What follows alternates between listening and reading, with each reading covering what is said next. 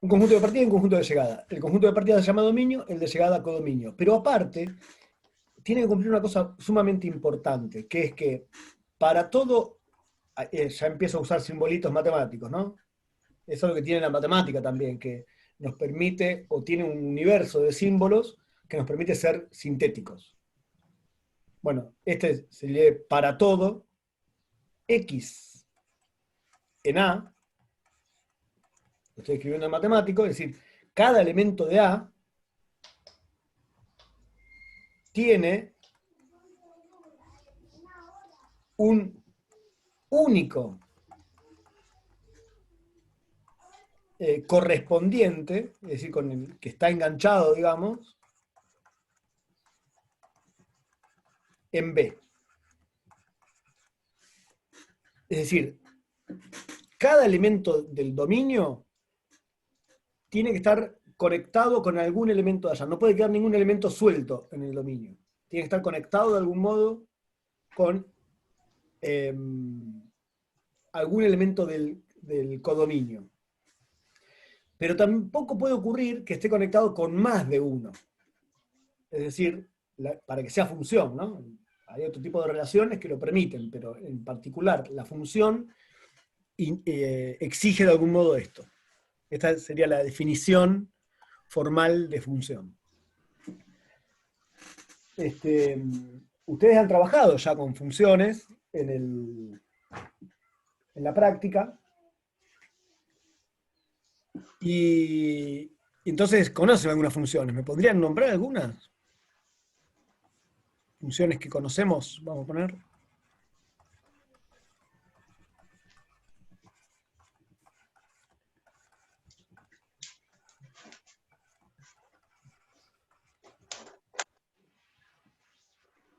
¿Se acuerdan de alguna que hayan trabajado en la práctica?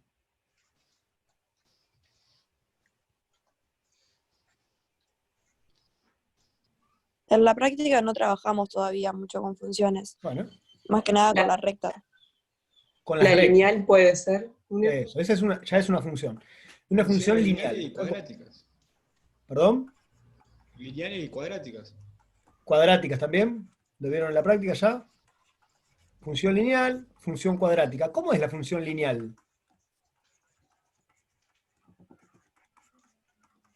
Fíjense, ya empezamos a conocer algunas funciones. Ese es el gran objetivo, en principio, armar como una biblioteca de funciones. O sea, nosotros ir familiarizándonos con algunas funciones en particular.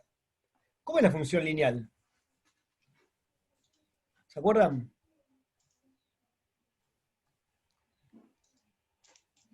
No es un examen, no se preocupen. Es para ver cómo venimos, para poder intercambiar ideas también. ¿Es una constante? Por ejemplo, una constante es un tipo de función lineal, sí, pero a esa la ponemos, la tratamos aparte. Le llamamos función constante. ¿Qué quiere decir? Una función constante que para todo x tiene el mismo valor.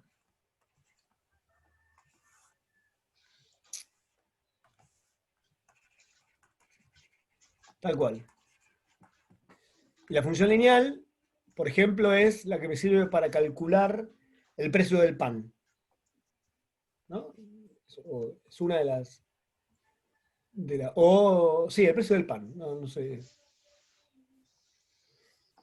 ¿No? Porque si ustedes van a la panadería y compran 6 kilos de pan, ¿cómo calcula el panadero cómo les va a cobrar?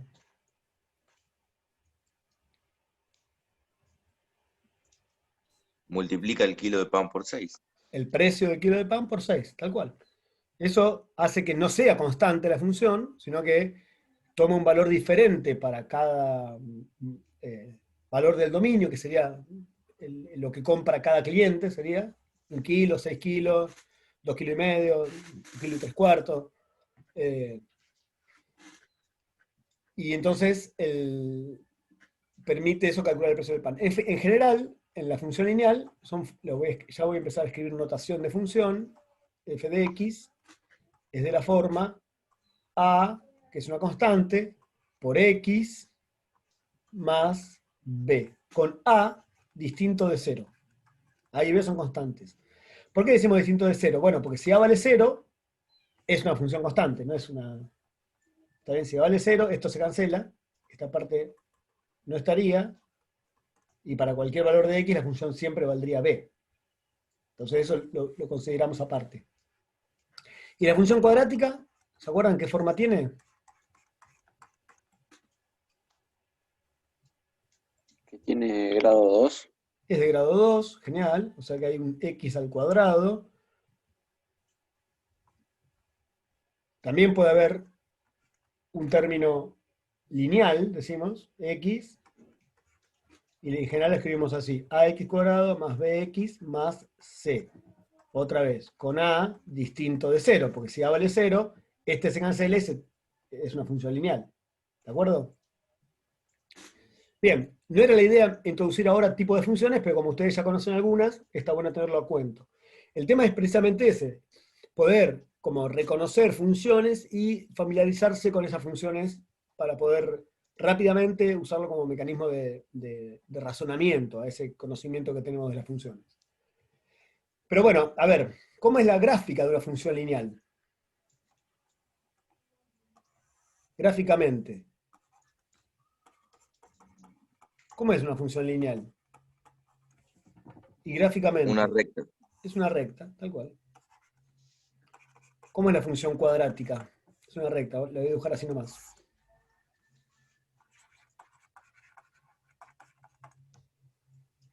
Una parábola. Es una parábola. Una parábola. Que la voy a dibujar con las ramas hacia arriba. La podría dibujar con las ramas hacia abajo también, dependiendo de la parábola. Después nos detenemos en eso. Pero ya que estamos, voy a usar esto como ejemplo para pensar en algunas cuestiones que son importantes tener en cuenta del apunte, ¿no? En un momento del apunte plantea el apunte la definición de cuándo una función es creciente y cuándo es decreciente. ¿Sí? Voy a citar esa parte. Una función es creciente si tomo un X, un par de X, X1 y X2, uno más chico que el otro, cuando evalúo la función, el valor de la función en el más chiquito es más chiquito que el valor de la función en el más grande. Y la función es decreciente si cuando tomo un X1 y un X2, también uno más chiquito que el otro, cuando evalúo la función, esa desigualdad cambia, es decir, la función en el X1 es más grande que la función en el X2. Todo esto como definición, si se quiere, y es importante tenerlo en cuenta, ¿no? Es decir, siempre que tomo un par de valores, para cualquier par de valores que tome, y si se cumple esto, quiere decir que en ese intervalo la función es creciente. ¿Sí? Visiten el apunte, eso está en la página 20 del apunte. Voy a venir con esto, pero quiero hacer algún comentario. De las gráficas que dibujé, ¿podrían decirme cuál es creciente, cuál es decreciente, si hay crecimiento o decrecimiento en alguna? ¿Se puede ver eso en el gráfico? Sí, en la cuadrática. En la cuadrática, ¿qué pasa? Podemos ver que decrece y vuelve a crecer. Exacto, hay todo un tramo, fíjense que gráficamente uno lo puede observar a eso, hay todo un tramo que decrece, que será hasta este punto, digamos, no sé, X0, y a partir de acá empieza a crecer. ¿Y la lineal que dibujé? Crece. Es siempre creciente. ¿Y hay lineales decrecientes? Es decir, podría haber... Sí, sí. Sí, Sí. depende de la pendiente. Exacto, a eso iba. Fíjense, acá dibujé una lineal creciente, acá dibujo una lineal decreciente en el mismo gráfico, y eso depende de la pendiente, que la pendiente es este punto de acá. Fíjense que estas ideas que ustedes están trayendo ya habla de que están como familiarizados o hay ciertas cuestiones de las funciones que ustedes conocen. Entonces, si yo le pregunto si la función es creciente o decreciente de una lineal, ustedes me pueden decir depende de la pendiente. Ese tipo de cosas es las que tenemos que ir como incorporando. Claro, no solamente con funciones lineales y cuadráticas, sino que vamos a ir sumando funciones a esto.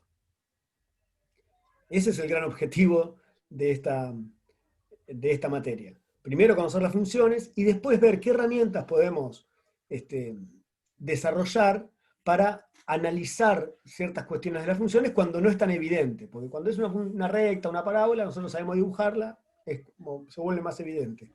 Ahora, cuando la función es bastante más compleja, más complicada, no sabemos así, no podemos hacer un gráfico rápidamente. Entonces vamos a tener que analizar un montón de cosas. No lo vamos a hacer hoy, sino que lo vamos a hacer a lo largo de la materia casi. Bien, bien, fíjense, esa es la idea de creciente y de decreciente. Hay otra cuestión que es importante, que me ayuda a pensar en estas herramientas de pensamiento matemático, si se quiere, que tiene que ver con la paridad de funciones. Una función par, f es función par,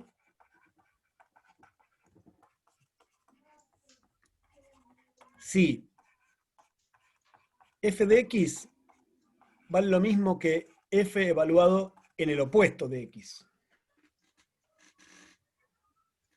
¿Sí? Acá, digamos, para todo x en el dominio, ¿no? Para todo x en el dominio de f. Anotamos así en general cuando hablamos de dominio. Esta definición está diciendo muchas cosas a la vez. Por un lado está diciendo que el dominio de la función tiene que ser simétrico. Es decir, si yo tengo el valor 1 en la función, también tiene que estar el menos 1, si no la función deja de ser par. Si tengo el valor 23 en la función, también tiene que estar el menos 23 en el dominio de la función. O sea que si yo tengo una función cuyo dominio es el intervalo 1, 4, chau, ese seguro no es par. Porque si está el intervalo 1, 4, también tendría que estar el intervalo menos 4, menos 1. ¿Sí? Ahí dice muchas cosas. ¿Saben algún ejemplo de función par? ¿Se les ocurre algún ejemplo de una función que si lo evalúo en los positivos me da lo mismo que si lo evalúo en los negativos?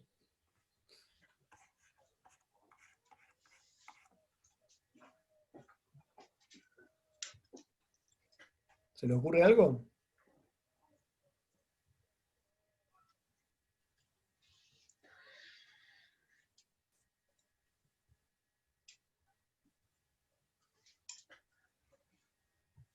El silencio es para ver si se les ocurre algo.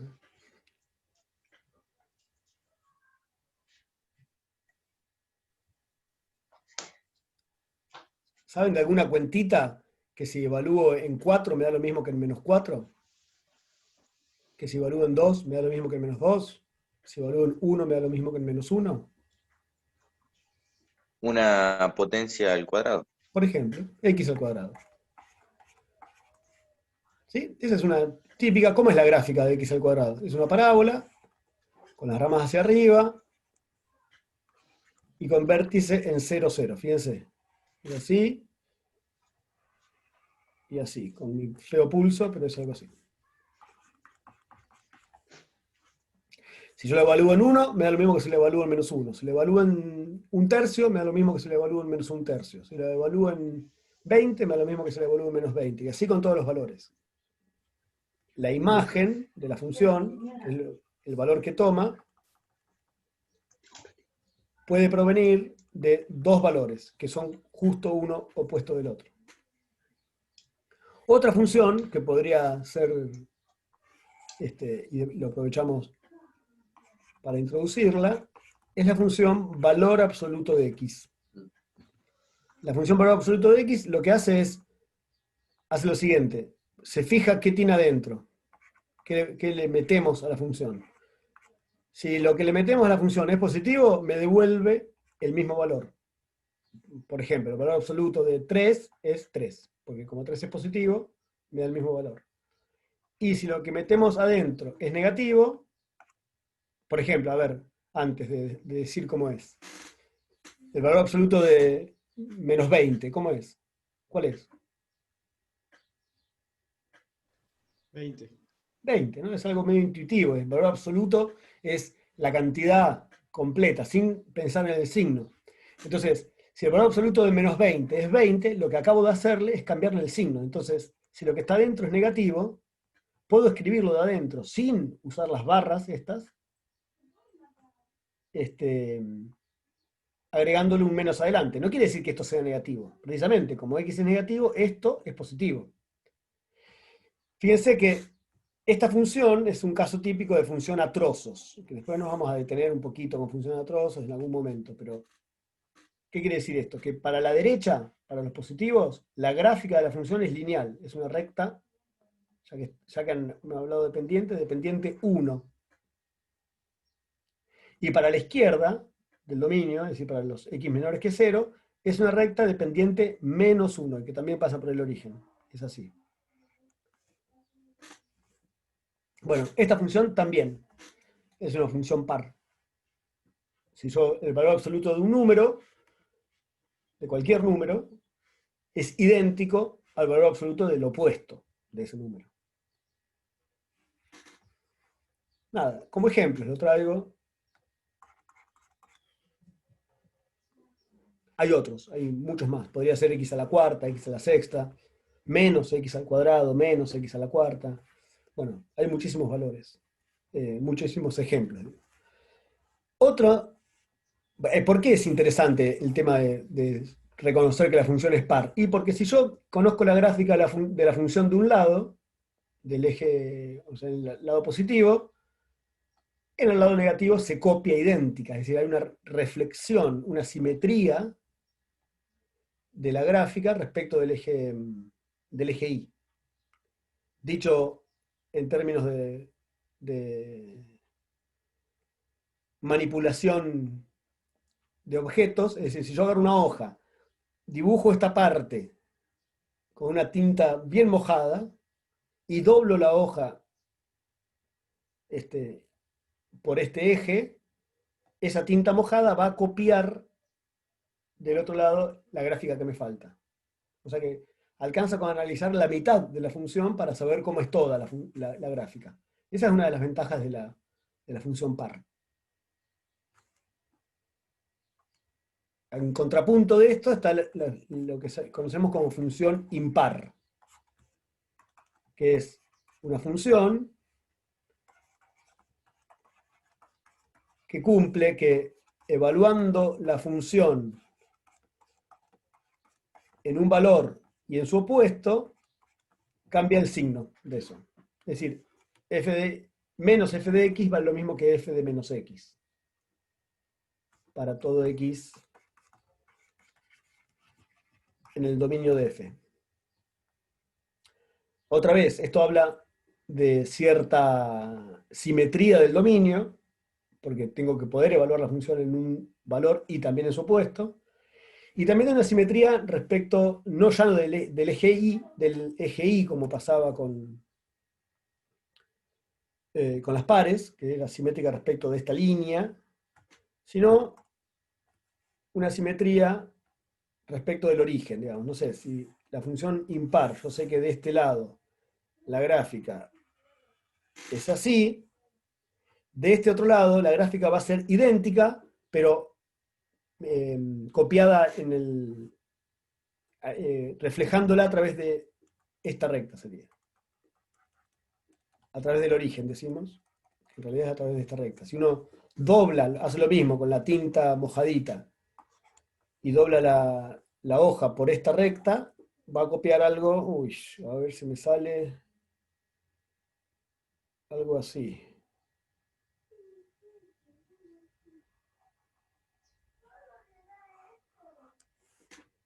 ¿Sí? Hay una simetría de una función, de una parte de la función con la otra.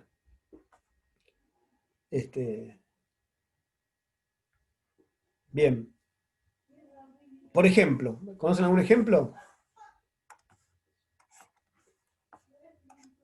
de funciones impares? X al cubo. X al cubo.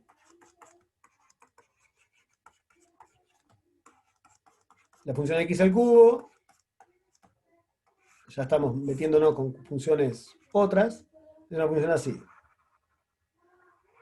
Bueno, pasando por el origen, a ver si lo puedo hacer mejor. Bueno, no me sale mejor. A ver, último intento, Félix, último intento, tú puedes. Vamos a ver, pasa así. Ahí está, un poquito mejor nos salió. X al cubo. Otra función impar, ¿cuál podría ser?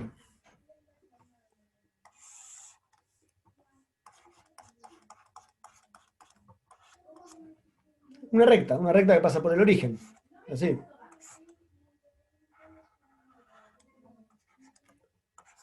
Fíjese, cuando la evalúo en 1 me da 1, cuando la evalúo en -1 me da -1, exactamente el opuesto. Y así en cada uno. Es sencilla, pero...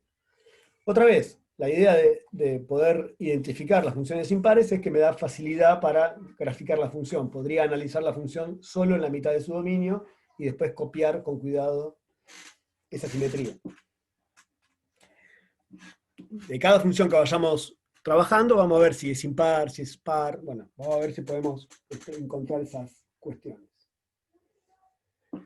Otra cuestión importante a tener en cuenta es la definición de inyectividad de una función. ¿Qué quiere decir? La función es inyectiva si no repite imágenes. Digámoslo así. No repite imágenes. ¿Qué quiere decir eso? Que no hay dos valores distintos que den el mismo resultado cuando evalúo la función. Es decir, si tomo dos valores distintos en el dominio, seguro, cuando evalúo la función, me va a dar valores distintos. Por ejemplo, y tomo algunas de las cosas que ustedes nombraron recién, si la función es x al cuadrado, la gráfica ya la conocemos, algo así, salvo pulso mío. ¿Y qué podremos decir de esa función? ¿Será inyectiva? ¿Ocurre que no hay dos valores distintos donde la función da lo mismo?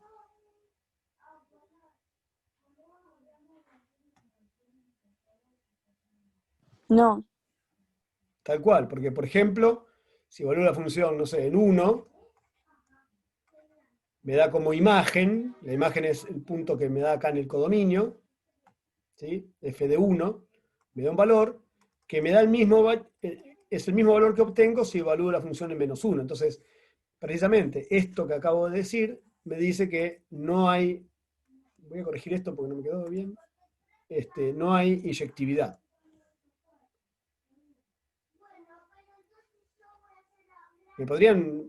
¿Se les ocurre alguna función que sí sea inyectiva?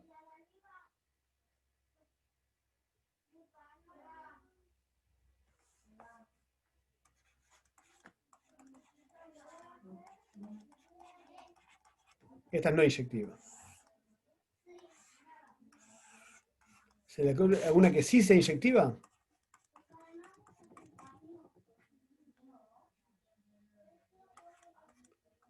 X cubo, por ejemplo.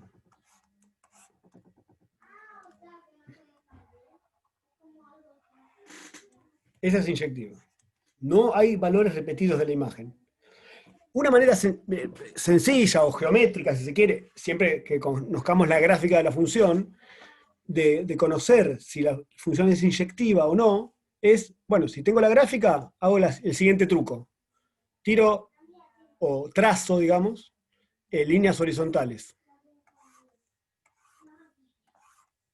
Si alguna línea de las que estoy trazando, con que una sola le pase eso, corta la gráfica en más de un punto, entonces no es inyectiva, como es este caso.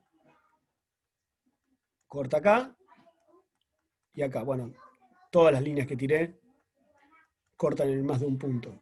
Entonces la función no es inyectiva. Si cuando tiro líneas horizontales, trazo líneas horizontales, siempre, cualquier línea, todas las líneas posibles que puedo trazar, y fíjense que trazamos algunas, pero tenemos que poder imaginar más allá, todas las líneas posibles a trazar, cortan la gráfica siempre en un solo punto, entonces la función es inyectiva. Otro concepto básico o general, digamos, de funciones, tiene que ver con la surjectividad.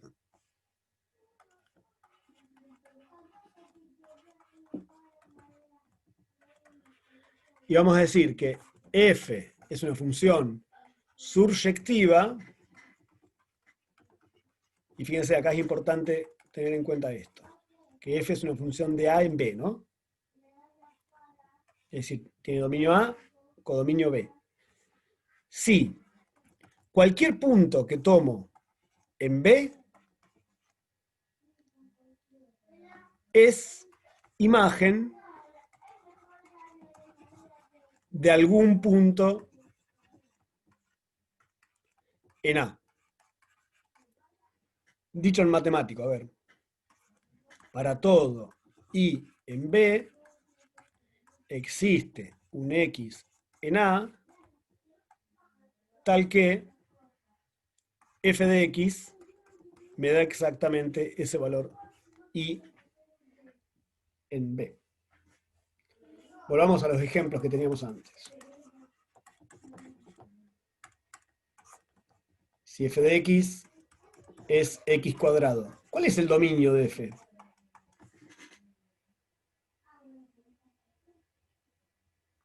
Que no nos detuvimos todavía a pensar en eso, pero me arriesgo a que ustedes lo saben.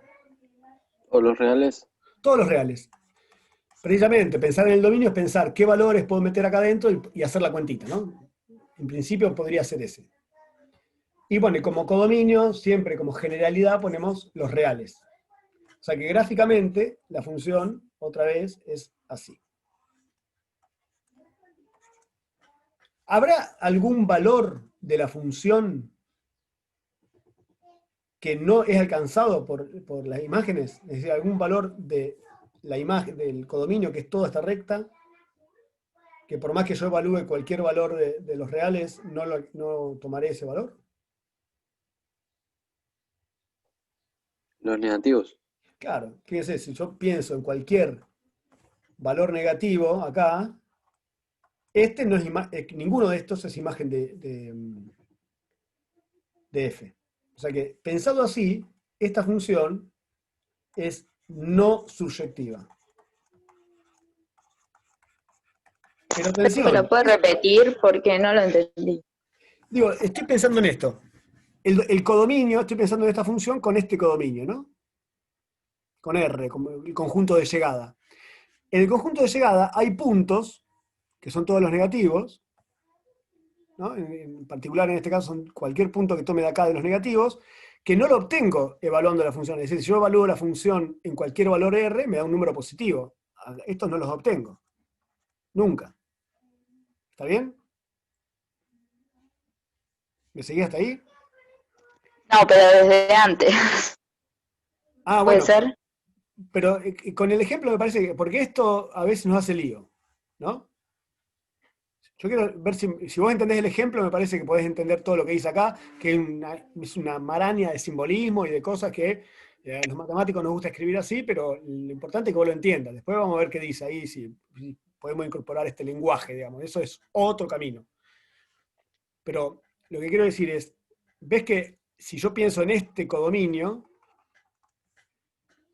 hay valores, porque el codominio uno lo grafica acá, ¿no? En este eje, ¿cierto?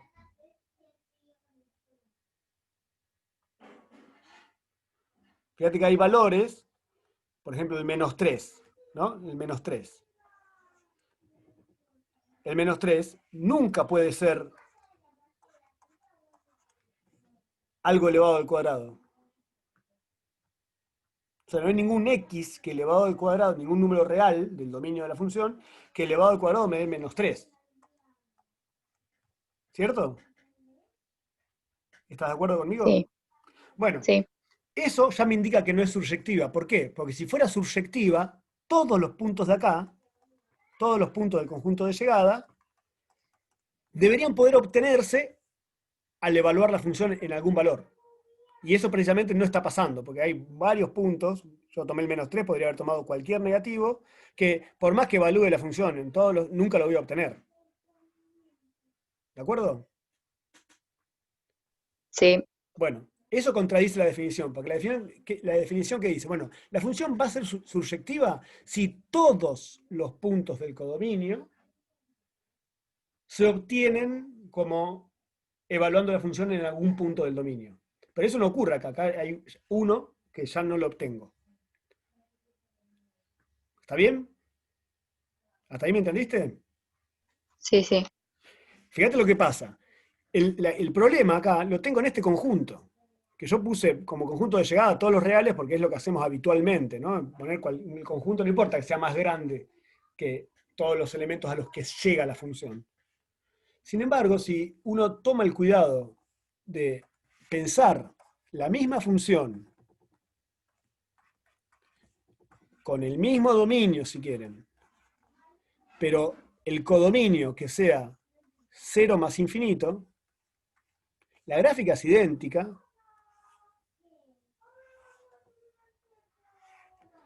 solo que ahora excluí todo esto lo excluí del conjunto de llegada, o sea que estos valores no están en el conjunto de llegada, porque solamente estoy pensando en estos valores para el conjunto de llegada. ¿Sí? Entonces, en este caso, sí es surjectiva. Fíjense que lo que hice no fue cambiar la formulita de la función, sino cambiar el conjunto de llegada. Manipulé un poquito la función para decir, bueno, si la pienso como conjunto de llegada a todos los reales, bueno, la función no es surjectiva. Ahora, si la pienso con este conjunto de llegada, la función sí es surjectiva, porque cualquier número que yo tome en este conjunto de llegada va a ser un número de por acá. Estos no están. Entonces, a estos números sí los obtengo como elevando al cuadrado algo, no sé.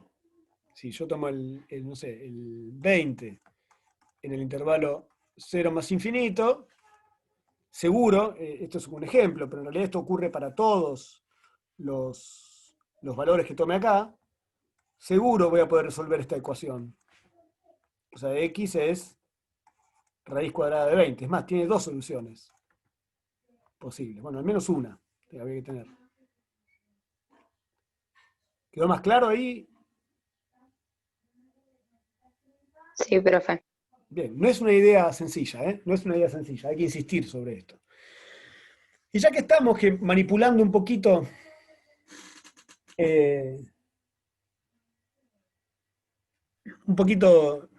dominios, me voy a detener un poquito en esto. A ver, ya que estamos, voy a hacer una gráfica, no sé, así. Supongamos que este valor acá es no sé, 3, y este valor acá es 1. No sé cómo es la fórmula de la función, pero uno podría decir, bueno, esta es una función que tiene dominio en R, codominio en R también. ¿Sí? Si lo pensamos así, fíjense que la función no es inyectiva. ¿Por qué? Porque si trazo líneas horizontales, hay al menos un punto donde corto la gráfica en más de un lugar. Y tampoco es surjectiva. Porque hay puntitos del codominio donde la función no lo alcanza, ¿no? Es decir, no puedo llegar con la función ahí. Ahora, habíamos visto que si manipulamos un poquito el codominio, podemos volverla subjetiva, ¿no? Ahora sí, consideramos la función de R en otro codominio. ¿Qué codominio deberíamos elegir acá para que sea subjetiva? 1 a más infinito. Claro, de 1 a más infinito. Entonces, como nosotros restringimos cuál es el conjunto de llegada, ya no podremos marcar estos puntitos que yo puse rojos primero, porque todos los puntos que voy a tomar del codominio van a ser siempre acá. siempre en esta parte. Entonces, y eso sí, los puedo obtener a través de la función. Pensado así, esta función no es inyectiva, pero sí es surjectiva. ¿No? Manipulé un poquito el codominio, el conjunto de llegada. Y si yo quisiera que la función sí sea inyectiva, ahora quiero que sí sea inyectiva. ¿Qué tendría que hacer? ¿Se les ocurre?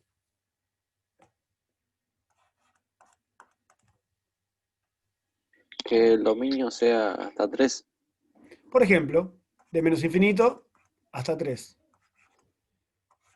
En ese caso, yo voy a estar recortando la gráfica de algún modo, ¿no? Es decir, quedándome únicamente con esta parte de la gráfica. O vamos a hacerlo bien. Si la función anterior, ¿no? La pienso entre menos infinito y 3, gráficamente es así, hasta ahí.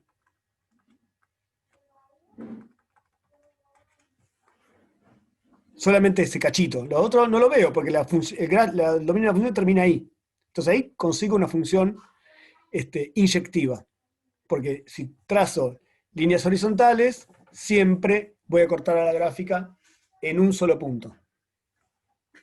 Y según el codominio que ponga acá, lograré que sea surjectiva o no.